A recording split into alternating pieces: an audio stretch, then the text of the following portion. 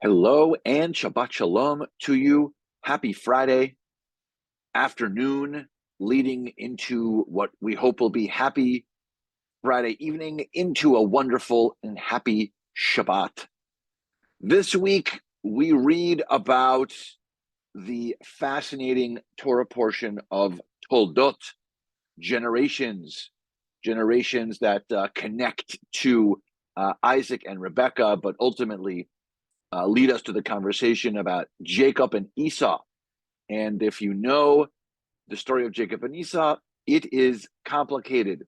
And it leads to a weird spot about stew, lentil stew, which is what's sitting right here behind me, an image of some lentil stew in this week's Torah portion.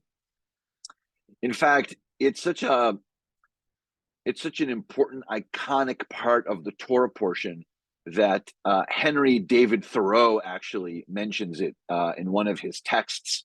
Poet, and essayist. He says, "I trust that I shall never thus sell my birthright for a mess of pottage." Essentially, I'm not going to sell my birthright for pottage, is for this porridge, for this soup, if you will. And it's that famous, like I said, that it's spun down to Henry David Thoreau for us to talk about this weird moment. So there's this weird biblical situation, right, where Jacob and Esau are the twins, and they are very different. Esau is the outdoorsman; he's a hunter. And Jacob is what's known as a tent dweller, someone who does not love the outdoors.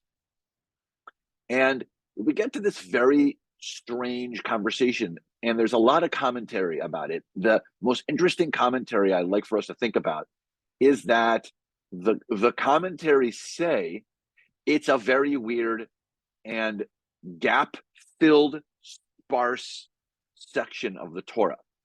So it actually, the commentary says we need commentary because there's so much room and gap for us to play with.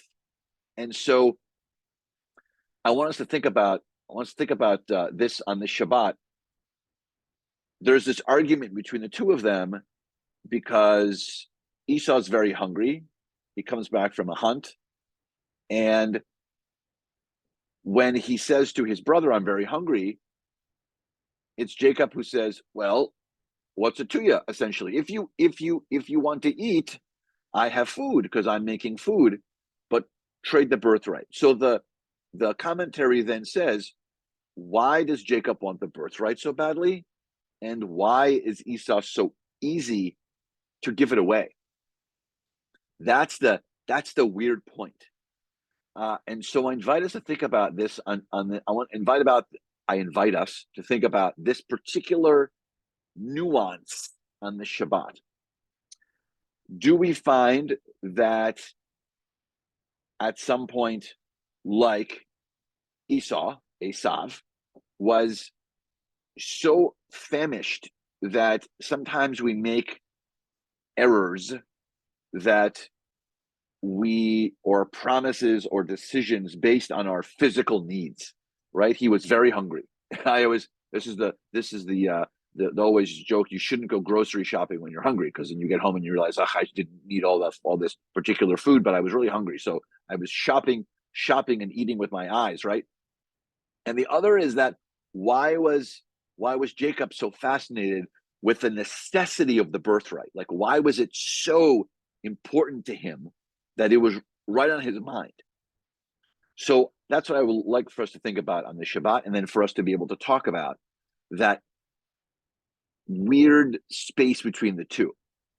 So I hope it's a nice Shabbat. I hope it's a Shabbat where we have some good reflection, and for us to think about our physical needs versus what of our promises and what the future looks like for us based on those needs.